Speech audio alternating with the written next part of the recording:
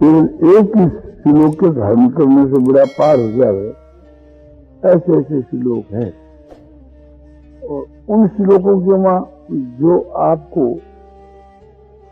कमजोर मालूम दे, उसी के अनुसार आप साधन कर सकते हैं, उससे यहाँ पर बड़ा पार है।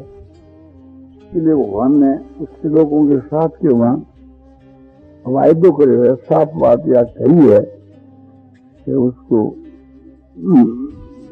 परम पद की प्राप्ति हो जाती है। यह बात कहीं मेरी प्राप्ति हो जाती है, कहीं निर्वाण ब्रह्म की प्राप्ति, कहीं परम गति की, कहीं परम धाम की, मतलब एक ही।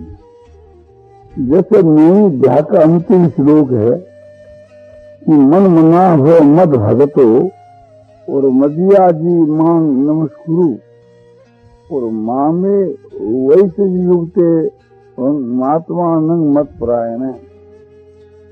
इसको अभिप्राय जो है कि लोग को भाव कि मन मना भव, तू मेरे में मन लगाने वाला हो जा, मद भक्तो भव, तू मेरा भक्त बन जा, मद याजी, तू मेरी पूजा कर, मांग नमस्कुरु, तू मेरे को नमस्कार कर।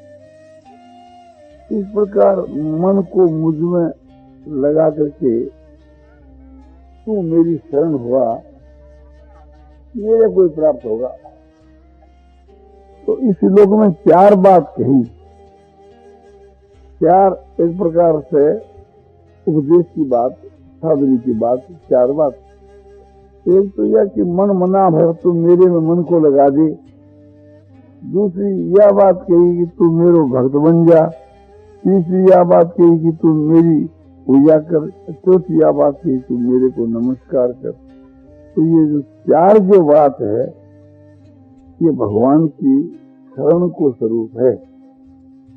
एवं मत परायण, भगवान कहते इस प्रकार से तू मेरी शरण हुआ, तू मेरे को प्राप्त होगा। इस प्रकार से तू मेरी शरण हुआ।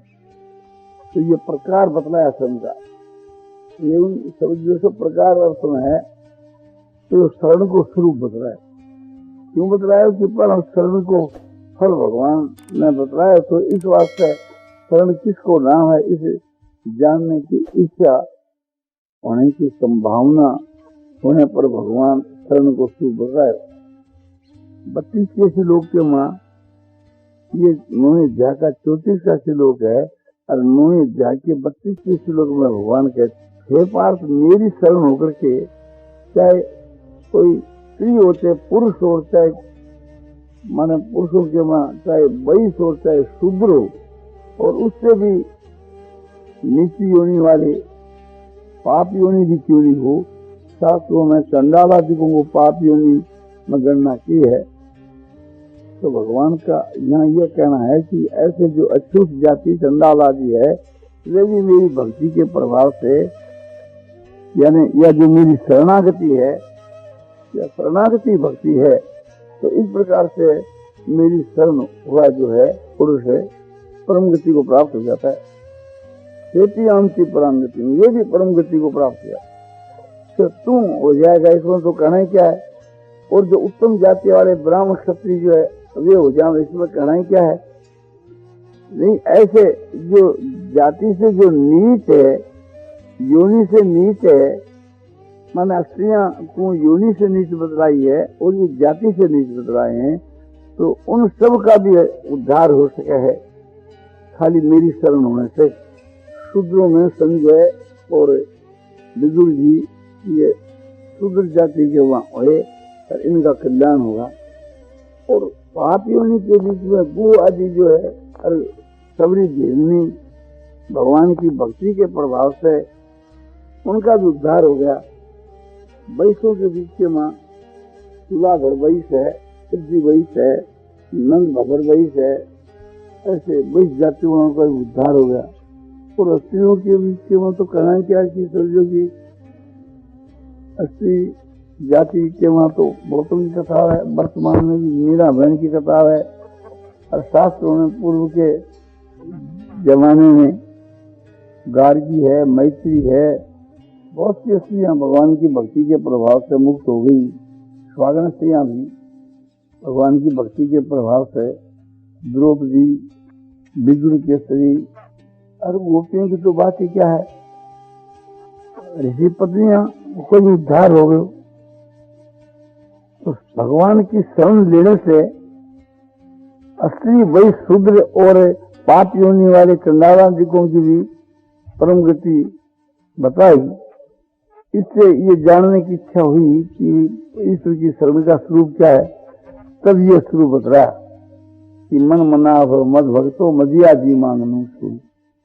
तो ये अब जानने की इच्छा होती है कि चार बात इसके वहां बतलाई कि चारों को धारण करने से ही मुक्ति होती है, कि चारों में एक या दो को धारण करने से भी, बोलो एक या दो को धारण करने से भी मुक्ति हो जाती है, परम गति की प्राप्ति हो जाती है, परमात्मा की प्राप्ति हो जाती है। और चारों को धारण करने से हो जाए, इसमें कहना क्या है। तो चार बात है कि मन मना भव, तुम केवल मेरे में मन को लगा ले। तो अब ये जानने की इच्छा हो जाती है कि केवल भगवान के में मन लगाने से भगवान की प्राप्ति हो जाए, भगवान को चिंतन करने से, स्मरण करने से भगवान की प्राप्ति हो जाए। तो फिर और तीन साधना की आवश्यकता क्या है। बोले जैसे कोई एक होज है और उसके चार नाला है ऊपर से जल भरने के लिए, तो एक नाव खोल देने से होज भर जाती है, एक नाव खोलने से होज 4 घंटा में भरती है, तो चारों नाला खोल देने से 1 घंटा में भर जाए, 2 नाला खोलने से 2 घंटा में भर जाए। तो भर तो जाती है एक नाला से ही, किंतु समय अधिक लगता है। तो केवल भगवान के मन लगाने से भी भगवान की प्राप्ति हो जाती है। गीता की 8वीं जाके 14 के शुरू में भगवान कहते हैं कि अनन्य चेता सततं योमांग समृति नित्य सुलभ पार्थ नित्य युक्त योगी न।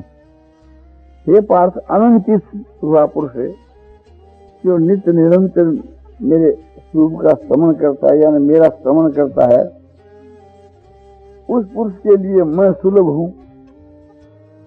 उसे योगी के लिए, उस साधक के लिए मैं सुलभ हूं।